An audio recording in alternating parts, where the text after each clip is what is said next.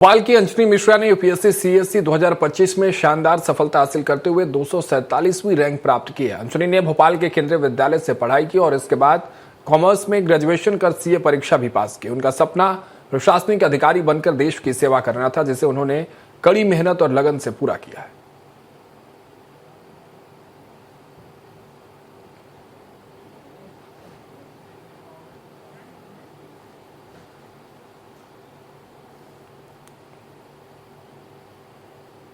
उनसे सभी से मोटिवेशन लगातार मिलता था, तो एक और मैंने भी उसकी स्टडी के पैटर्न को देखा था, तो मैंने कहा था कि तुम अगर उस कंपटीशन के लिए अपनी तरफ से प्रयास करोगे तो इस कंसिस्टेंसी पे तुम निश्चित तौर पे अपने लक्ष्य को प्राप्त करोगे, और उसने वो मुकाम को हासिल किया है। भोपाल की बेटी ने भी यूपीएससी में भाग्य आजमाया और आज इम्तिहान देने के बाद उनका सिलेक्शन हो गया है। इस वक्त हमारे साथ अंजनी है। अंजनी, बहुत बहुत बधाई, ढेर सारी बधाई। सबसे पहले तो ये बताओ, क्या मोटिव लेके चली थी तुम? मोटिव यही था कि सिविल सर्विसेज में सिलेक्ट होके भारत सरकार के अधीन होकर भारत के लिए काम करना है, तो बहुत खुशी की बात है कि सिलेक्शन हो गया है। अच्छा, जब तुम पढ़ाई करती थी तो किस तरह की तुम्हारी अप्रोच रही है और क्या सोचा था तुमने? सर, मैं यही कहूंगी कि मैंने ज्यादा नहीं सोचा।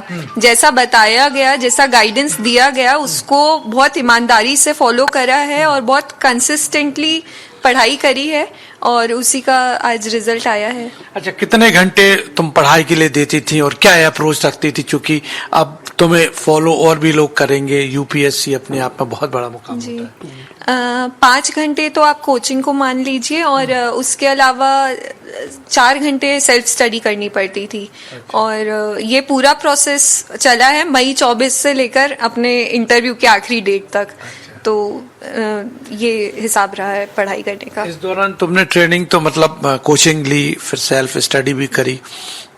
तुम्हारी इंस्पिरेशन कौन रहा है? इंस्पिरेशन मेरे पापा रहे हैं। मेरा यही मानना है कि अगर वो 16 घंटे फील्ड पर खड़े होकर काम कर सकते हैं तो मैं 8 घंटे टेबल कुर्सी पर बैठकर पढ़ाई तो कर ही सकती हूँ। तो पापा ही इंस्पिरेशन रहे। एजुकेशन कहाँ से ली? कौन सा, भोपाल में कौन सा स्कूल रहा? केंद्र विद्यालय नंबर 3 की पास आउट हूँ मैं। 10th-12th मैंने वहीं से करा है। उसके graduation Barkatullah university Vikramaditya college से बीकॉम में ग्रेजुएशन है और मैं सीए हूँ क्वालिफिकेशन से। अच्छा जी। तो मतलब तुमने पहले ही परचम लहरा दिया और उसके बाद अब अच्छा, ये तुम्हारे जो फ्रेंड्स हैं, साथ में जो क्लासमेट्स रहे हैं, उनसे किस तरह का वातावरण रहता था और क्या अप्रोच थी? नहीं, क्योंकि मैंने ऑनलाइन रह के ही पूरी पढ़ाई करी है, तो दोस्त तो इतने बन नहीं पाए पढ़ाई वाली जर्नी में।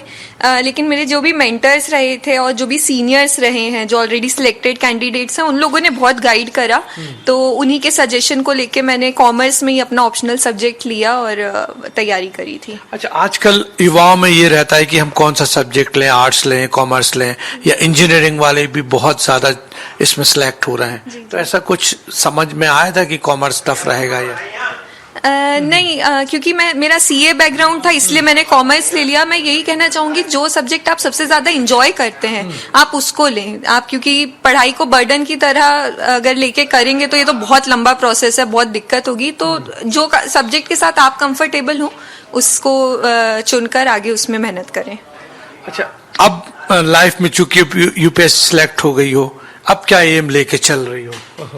अब बस अपना पूरा कंट्रीब्यूशन देना है भारत को और बेहतर बनाने के लिए, यही एम है सर, और कुछ।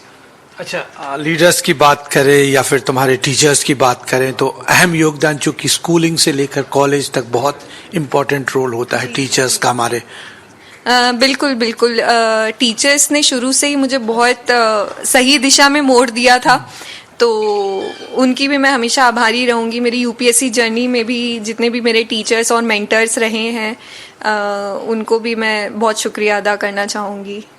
तो अब एम ये है कि देश की सेवा करना है। जी जी बिल्कुल। तो अंजनी ने बताया कि उनका सपना किस तरह से पूरा हुआ है और एम ये है, उनका उद्देश्य ये है कि अब भारत की सेवा करना है। कैमरामैन सुरेश कटियार के साथ सरस्वती चंद्र, स्वराज एक्सप्रेस, भोपाल।